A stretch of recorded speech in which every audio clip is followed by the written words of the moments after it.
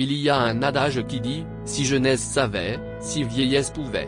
Aaron, le fils d'une dame âgée, a fini par faire les frais de ces paroles de sage. En effet, sa mère, Madame Millet, vivait depuis très longtemps sans avoir de ses nouvelles, et il n'osait même plus décrocher ses appels. Une situation qui embarrassait beaucoup cette vieille dame, mais à cause de son amour de mère et vivant avec la douleur de la perte de son mari, elle avait espoir qu'un jour son fils unique Aaron pourrait changer d'attitude envers elle. Cependant, elle partageait sa vie avec une de ses locataires, une certaine Cynthia Jones et ses 2 enfants. Un jour, alors qu'elle avait reçu un diagnostic négatif sur son état de santé, elle avait envoyé un message à son fils Aaron, question de faire la paix avec ce dernier, avant qu'elle ne tire sa révérence. Mais c'était sans compter sur sa cupidité et son goût pour l'argent. Aaron, ayant reçu le message de sa mère, décida d'aller lui rendre visite, question de s'enquérir personnellement de la situation. Quelle ne fut sa surprise, lorsqu'à son arrivée il ne trouva pas sa mère effondrée de chagrin et de douleur, mais plutôt bien encadrée aux petits soins par celle qu'il considérait comme étant des arrivistes. À peine traversé le seuil de la porte de la maison de sa mère, Aaron, furieux et jaloux de l'affection que lui accordait Cynthia Jones et ses 2 enfants, lança « Qui diable sont-ils, maman? Et qu'est-ce qu'ils font dans notre maison ?» Déçue de la réaction de son fils, Madame Millet rétorqua de la même manière agressive à ce dernier, « Notre maison? N'oublie pas, Aaron, que ton père m'a laissé cette maison, et que c'est moi qui décide qui reste et qui s'en va. Tu es folle, maman? Tu as ramassé des étrangers au hasard dans la rue et tu les as amenés ici, et maintenant tu t'en prends à moi comme si je disais n'importe quoi. Tu dis n'importe quoi, Aaron. Dis-moi, comment t'es-tu soudain souvenu que tu devais rendre visite à ta mère malade? Où étais-tu pendant ces 8 dernières années? Je t'ai appelé plusieurs fois, mais la moitié du temps, tu n'avais pas de temps à me consacrer, et l'autre moitié du temps, tu m'as simplement raccroché au nez. Et tu penses que tu peux venir ici et me crier dessus? Sors d'ici. Je suis mort de rire, maman. Je crois que ta maladie t'est montée à la tête. Tu préfères vraiment ces crapules à moi? Je veux dire, sérieusement? Maman, je suis ton fils, et ils ne sont personne. Tu dois vraiment te calmer et les virer d'ici, pas moi. Oh vraiment? Madame Millet l'a regardé fixement. Tu sais quoi, Aaron? Je suis peut-être vieille et malade, mais je ne suis pas aveugle. Laisse-moi te dire pourquoi tu es ici. C'est parce que tu attends avec impatience le jour où je mourrai et que tout ce que je possède sera à toi. C'est pourquoi, dès que tu as appris ma maladie, tu as pris l'avion pour venir me voir. Oui, Aaron, c'est exact. Mais laisse-moi te dire que tu n'auras pas un seul centime de tout ce que je possède. Et je vais m'en assurer. Quoi? Qu'est-ce que tu viens de dire? Tu me déshérites? Est-ce que tu pointes? Mais avant que la conversation ne devint encore plus saouleuse, Cynthia, la locataire de Madame Millet, les interrompit, soucieuse de l'état de santé de la vieille dame. « Oh, Madame Millet, s'il vous plaît, calmez-vous. Tant de stress n'est pas bon pour votre santé.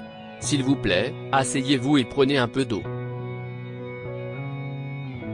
Mais cette interruption ne changea rien pour Aaron, qui voyait sa colère monter de plus en plus, à cause de l'annonce de son déshéritage. Il continua donc la conversation, sans se soucier de ce que Cynthia venait de faire mention, mais s'en prenant plutôt à cette jeune dame avec des mots crus. « Waouh! Tu t'amuses, n'est-ce pas? Tu es ravi de la voir me virer de cette maison pour que toi et tes petits morveux puissiez vivre en paix, n'est-ce pas? Tu sais quoi, prends tes affaires et fous le camp d'ici. » Au même instant, Madame Millet riposta en faveur de sa locataire. « Assez, Aaron. Surveille ta langue. Cynthia s'est occupée de moi alors que tu n'as même pas pris la peine d'aller voir ta mère. Elle est ma locataire, mais elle me traite comme sa famille. Mais tu n'obtiendras pas ça avec un esprit pourri comme le tien. Donc, si quelqu'un doit quitter la maison, c'est toi, pas Cynthia. Sors avant que j'appelle les flics. » Aaron n'arrivait pas à croire ses yeux. Sa mère le déshéritait pour une inconnue, et menaçait de le virer de la maison de son père. Pris par un coup de colère, Aaron se mit à briser tout ce qui lui passait par la main. Jusqu'à ce qu'il mette la main sur le dernier cadeau que son père avait laissé à sa mère. C'était un ancien vase, qui n'avait de véritable valeur que le souvenir d'un amour éternel, aux yeux de Madame Millet. Et dans sa désinvolture, Aaron s'éclipsa sans avoir pris conscience qu'avec ce geste, il venait de briser définitivement le cœur de sa mère, tout comme il l'avait fait avec ce vase. Oh non, c'était le dernier cadeau de George pour moi. Comment a-t-il osé? Il sera désolé pour ce qu'il a fait. Je ne le laisserai pas s'en tirer si facilement, Cynthia. S'était exclamée Madame Millet, prise de chagrin et de douleur. 7 mois plus tard, l'avocat de Madame Millet prit contact avec Aaron afin de lui notifier que, suite aux funérailles de sa mère, il devait assister à la lecture du testament laissé par cette dernière. Quoi? Vraiment? Je veux dire, la dernière fois que je l'ai vue. J'ai cru qu'elle allait me déshériter.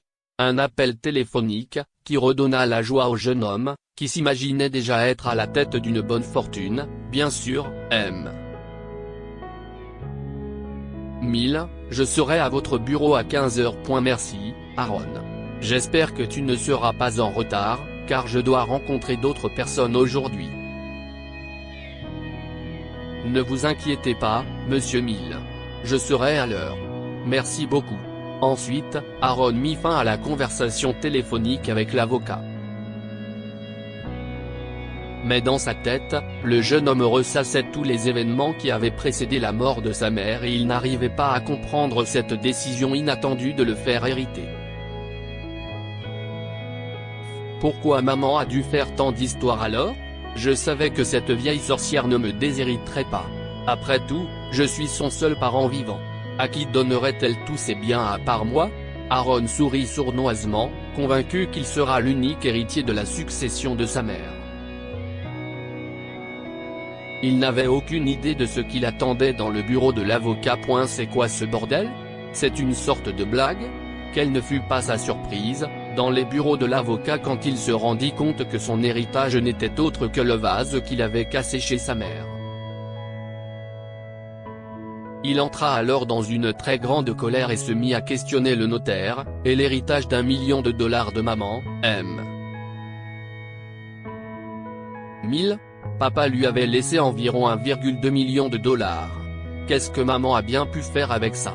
Elle l'a juste donné sans rien demander en échange? Eh bien, Aaron, dit M. 1000 en se raclant la gorge. Vous le sauriez si vous me laissiez finir de lire le testament. Je n'ai lu que la première moitié. Selon son testament, la succession d'1 million de dollars dont vous avez parlé ne va pas à une œuvre de charité mais à Cynthia Jones et à ses enfants. Madame Jones recevrait la moitié de la valeur totale de la succession, tandis que l'autre moitié serait partagée à part égale entre ses 2 enfants, qui en hériteront lorsqu'ils auront atteint l'âge de 18 ans. C'est tout ce qu'il y a à dire. Quoi? Maman l'a laissé à cette locataire bizarre?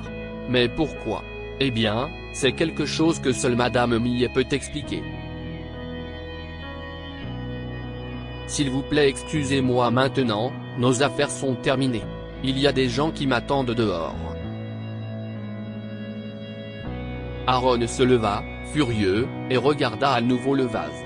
Il l'arracha de la boîte et le fracassa sur le sol avec rage, le brisant en plusieurs morceaux une fois de plus.